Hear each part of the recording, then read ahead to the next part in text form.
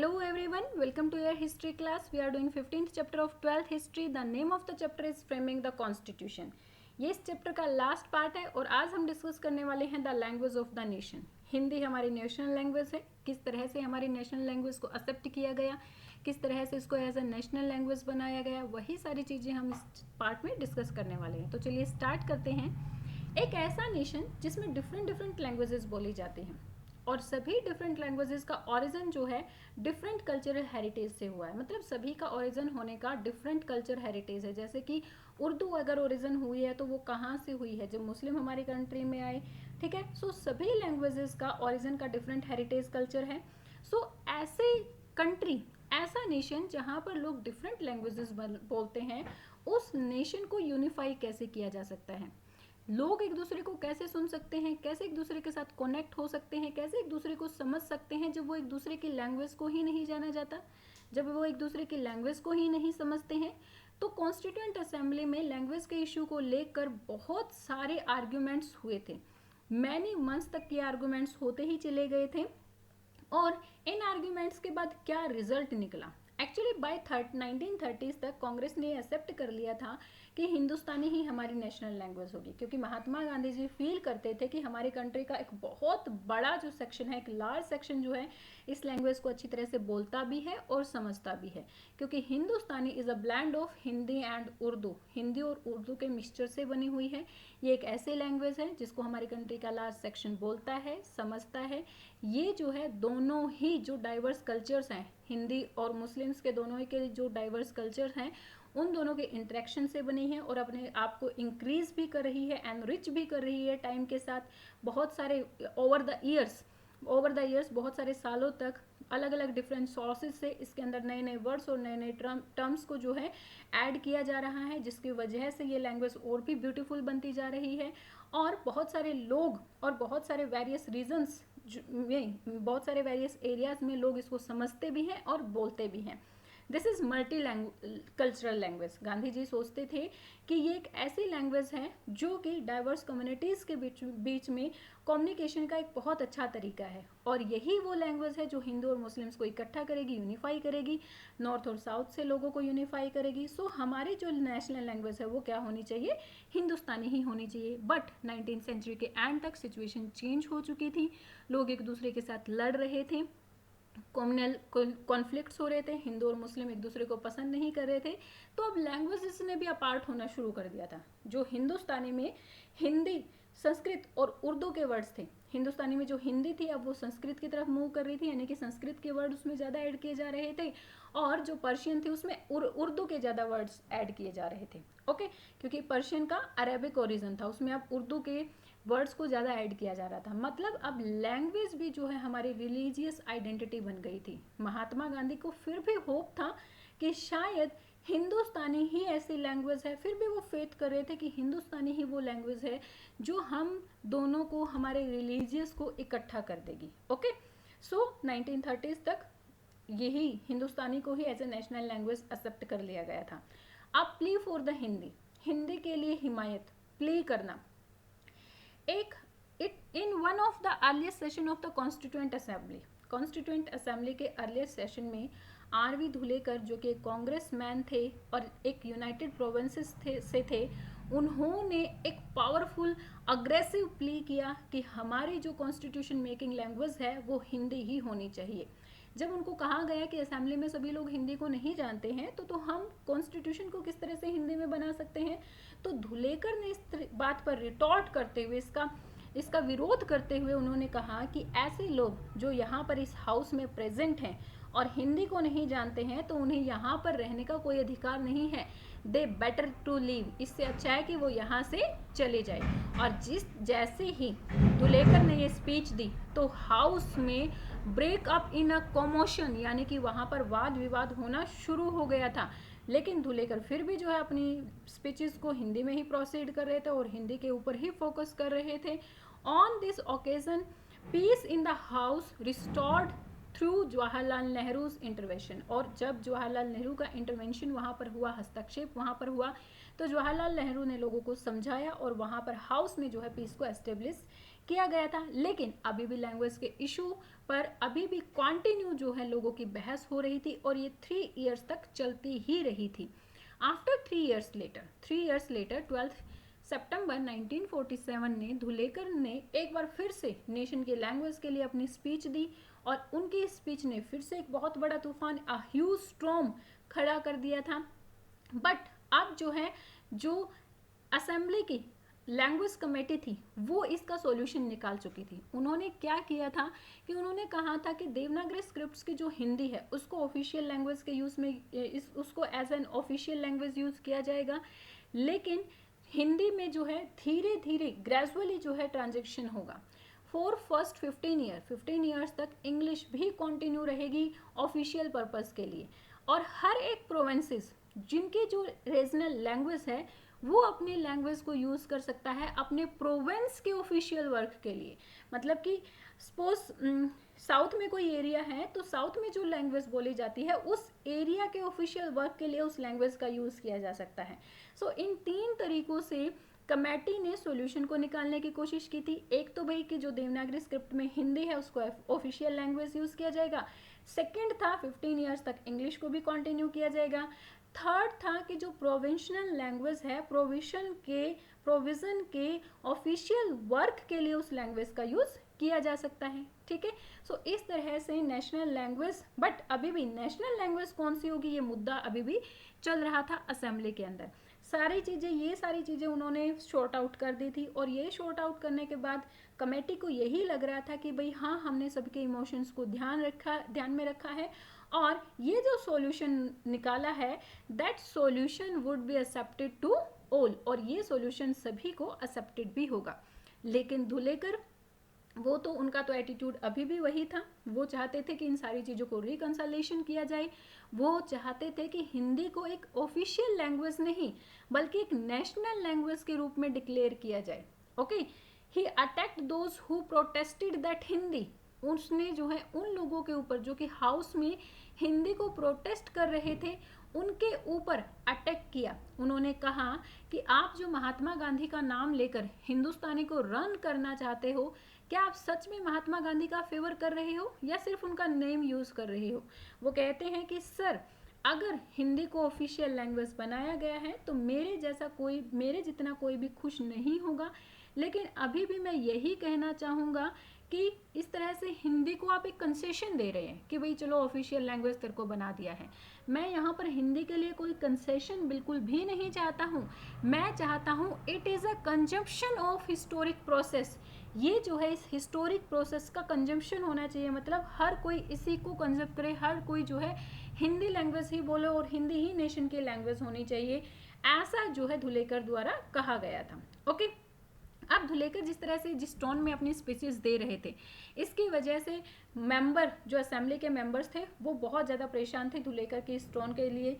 Several times president के द्वारा धुलेकर को बीच में इंटरप्ट भी किया गया था, और इंटरप्ट करके उनको ये कहा गया था कि आपको क्या लगता है इस तरह से बातें करके आप अपनी बात को एडवांस कर पाएंगे, आगे बढ़ा पाएंगे? ऐसा बिल्कुल भी नहीं होगा। इस तरह से आप लोगों को अपने अपोज कर रहे हैं। बट धुलेकर ने अपनी स्पीचेस को इसी तरह से कंटिन्यू रखा। The fear of the domination, अब डोमिनेशन का फियर आ रहा था कि धुलेकर जो स्पीच दे रहे थे और हिंदी को नेशनल लैंग्वेज भी बना दिया गया था, इसके लिए डोमिनेशन का क्या फियर आ रहा था? ऐसे एरियाज जहाँ पर हिंदी नहीं बोली जा रही है उन्हें लग रहा था कि हिंदी को उनके ऊपर थोपा जा रहा है, उनका डोमिनेशन किया जा रहा है हिंदी के थ्रू। ओके, सो इस तरह से कैसे ये फियर ऑफ डोमिनेशन आया? A day after Dhulekar spoke, Dhulekar ने जब बोला उनके एक दिन बाद श्रीमती जी दुर्गाबाई जो कि मद्रास से थी, उन्होंने अपनी वरीज को एक्सप्लेन किया। उन्होंने कहा कि मेरे माइंड में बहुत सारी चिंताएं, बहुत सारी वरीज आ रही हैं इन सब को लेकर। वो कहती हैं कि मिस्टर प्रेसिडेंट, नेशनल लैंग्वेज का जो क्वेश्चन था हमारे सामने वो ऑलमोस्ट जो है कंप्लीट हो चुका था, ऑलमोस्ट सभी लोग इस पर अग्री हो गए थे। फिर एकदम से सडनली ये हाईली कॉन्ट्रोवर्शियल इशू किस तरह से बन गया? वेदर राइटली और रॉन्गली, चाहे वो सही हो चाहे गलत हो, लेकिन नॉन हिंदी स्पीकिंग एरियाज जो हैं उनको ये फील करवाया जा रहा है कि दिस इज द फाइट, ये वो फाइट है जो कि हम हिंदी के लिए कर रहे हैं। मतलब ऐसे लैंग्वेजेस जो हमारी कंट्री में दूसरे एरिया से आए हैं, दूसरी कंट्रीज से आए हैं, उनके इन्फ्लुएंस को ख़त्म करने के लिए हम हिंदी को एक पावरफुल लैंग्वेज बना रहे हैं। बट क्या ये सही है? दुर्गाबाई ने हाउस को इन्फॉर्म करते हुए कहा कि साउथ में इसका ऑपोजिशन बहुत ज़्यादा स्ट्रॉन्ग हो रहा है और जो ओपोनेंट्स हैं वो ये फील कर रहे हैं कि इस तरह हिंदी का जो प्रोपगेंडा है अगर उसको इनके ऊपर इम्पोज कर दिया जाएगा तो उनकी जो प्रोविजनल लैंग्वेज है उसकी रूट पूरी तरह से ख़त्म हो जाएंगी, उसकी जड़ें पूरी तरह से ख़त्म हो जाएंगी। हालांकि महात्मा गांधी जी ने जो भी वहाँ पर कैंपेन चलाई कि वहाँ पर नए नए हिंदी स्कूल्स को खोला गया, बच्चों को जो है हिंदी क्लासेस दी गई, ये सारी चीज़ें अभी भी वहाँ हो रही हैं, लेकिन इनका रिजल्ट क्या निकल रहा है? आस्क दुर्गाबाई ये पूछती है कि लेकिन इनका रिजल्ट क्या निकल रहा है? वो कहती है कि मैं ये चीज़ देखकर शॉक्ड हूँ कि जिस एंथुसियाज्म के साथ हमने 1 सेंचुरी पहले हिंदी के लिए काम शुरू किया था, क्या आज भी वही एंथुसियाज्म है हमारे बीच में? अब तो मुझे नहीं दिखाई दे रहा, क्योंकि यहाँ पर अब मुझे ज़्यादा क्या दिखाई दे रहा? विरोध ही, एगिटेशन ही दिखाई दे रहा, विरोध ही दिखाई दे रहा है। हिंदुस्तानी को वो as a national language accept कर चुकी है। वो कहती है कि मैंने हिंदुस्तानी को as a national language accept कर लिया है, लेकिन क्या ये लैंग्वेज वही लैंग्वेज है जिसको हमने एक्सेप्ट किया था पहले? नहीं, ये वो लैंग्वेज नहीं है, क्योंकि इसके अंदर से बहुत सारे जो उर्दू के वर्ड्स थे उनको रिमूव कर दिया गया है, जो रीजनल लैंग्वेज के वर्ड्स थे उनको रिमूव कर दिया गया है, इसके अंदर नई नई चीज़ों को डाला जा रहा है और हिंदुस्तानी का जो कैरेक्टर पहले था अब वो नहीं रह गया है। She felt was bound to create an anxiety and fears amongst different languages group. वो कहती हैं कि अमंग डिफरेंट लैंग्वेजेस ग्रुप में जो अलग अलग डिफरेंट लैंग्वेजेस ग्रुप हैं उनके बीच में एंग्जाइटी और फियर डेवलप हो गया है, क्रिएट हो गया है, अगर हम हिंदुस्तानी को उनके ऊपर थोप रहे हैं तो। Okay, as the discussion became acrimonious, जैसे जैसे ये डिस्कशन जो है और ज़्यादा तीखा होता चला गया, बहुत सारे ऐसे मेंबर्स थे जो for spirit of the accommodation, जो क्या कर रहे थे? अकोमोडेशन की स्पिरिट के लिए अपील कर रहे थे कि भाई हाँ, अकोमोडेशन की स्पिरिट होनी चाहिए।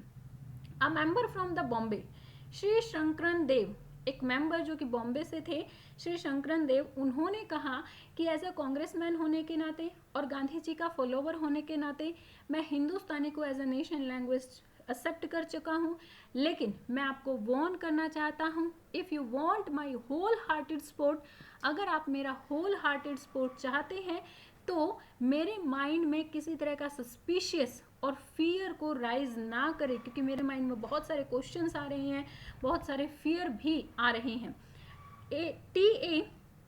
T A Ramalingam Chettiar from Madras emphasized that whatever was done had to be done with caution, जो भी हम करें वो जो है क्वेश्चन के साथ, एहतियात के साथ हमें करना चाहिए, मतलब बहुत सोच समझ कर हमें करना चाहिए। The cause of Hindi would not help if it is pushed to aggressively, अगर हम लोगों को हिंदी के ऊपर, अगर हम लोगों के ऊपर हिंदी को थोपेंगे तो हिंदी की जो भी रिस्पेक्ट है वो हम गेन नहीं कर पाएंगे। ठीक है, जो लोगों का फियर है उसको कम करना चाहिए, even if they were unjustified, अगर लोगों का फियर अनजस्टिफाइड भी है तो भी हमें उसको खत्म करना चाहिए, otherwise as there will be bitter feeling left behind, क्योंकि अगर हम लोगों के फियर को ख़त्म नहीं करेंगे और कंटिन्यू बस उनके ऊपर हिंदी को इम्पोज करते जाएंगे, थोपते जाएंगे, तो लोगों के मन में एक बिटर फीलिंग रह जाएगी, मतलब एक कड़वाहट रह जाएगी कि हमारी रीजनल लैंग्वेज के कंपैरेटिवली वो हमारे ऊपर हिंदी को थोप रहे हैं। सो लोगों के जो भी एंग्जाइटीज़ हैं, फियर्स हैं, उन्हें हमें कम करना चाहिए।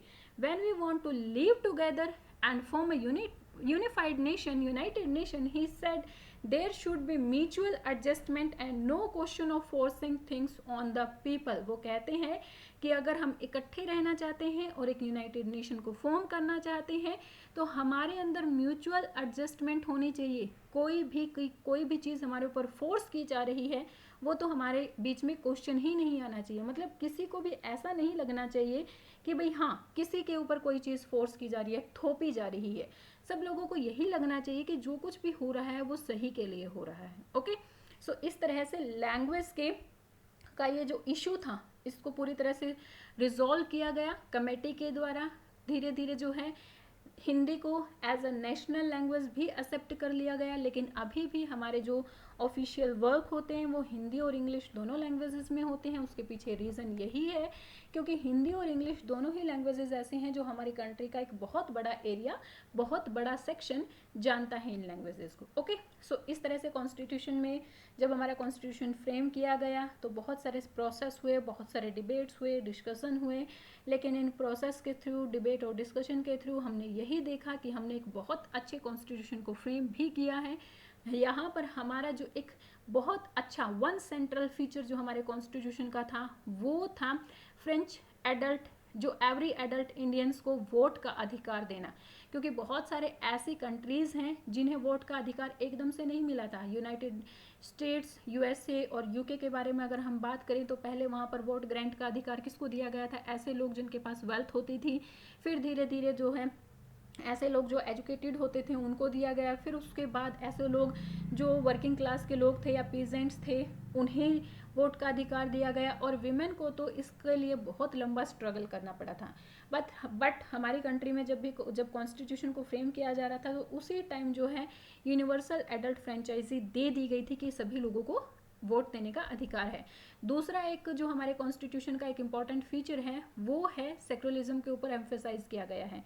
हालांकि इस वर्ड का यूज़ नहीं किया गया था, हमारे प्रियम्बल में सेक्युलरिज्म वर्ड का यूज़ नहीं किया गया है, लेकिन फिर भी हमारा ये की फीचर है कि हमारी कंट्री में अलग अलग टाइप के लोग रहते हैं, अलग अलग रिलीजियस, अलग अलग कास्ट क्रीड को मानने वाले लोग रहते हैं, लेकिन सभी के जो है फंडामेंटल राइट्स जो हैं वो सेम दिए गए हैं। सभी को फ्रीडम ऑफ रिलीजन है, freedom of culture and educational right है, राइट टू इक्वलिटी है। सभी लोग जो है अपनी मर्जी के अकॉर्डिंग कोई भी धर्म अपना सकते हैं, कहीं पर भी जा सकते हैं। मतलब सभी के लिए जो है राइट्स जो है एक ही दिए गए हैं, किसी के पास ज़्यादा या कम नहीं है, चाहे वो किसी भी कास्ट से क्यों ना बिलोंग कर रहा है। सो इस तरह से बहुत सारी डिबेट्स हुई हमारे कॉन्स्टिट्यूएंट असेंबली में जब हमारे कॉन्स्टिट्यूशन को फ्रेम किया जा रहा था।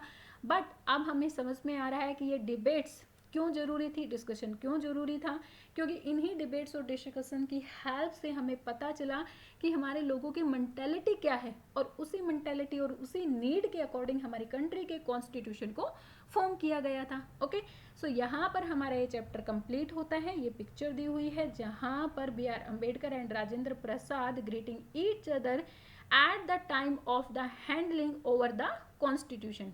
कॉन्स्टिट्यूशन हैंडल करते टाइम एक दूसरे को ग्रीट कर रहे हैं। ओके, सो यहाँ पर हमारा ये चैप्टर कंप्लीट होता है। I hope you got all the things related to the chapter. Please tell me in comment section, like and share my videos and subscribe my channel for new updates. Thank you, bye bye, keep learning.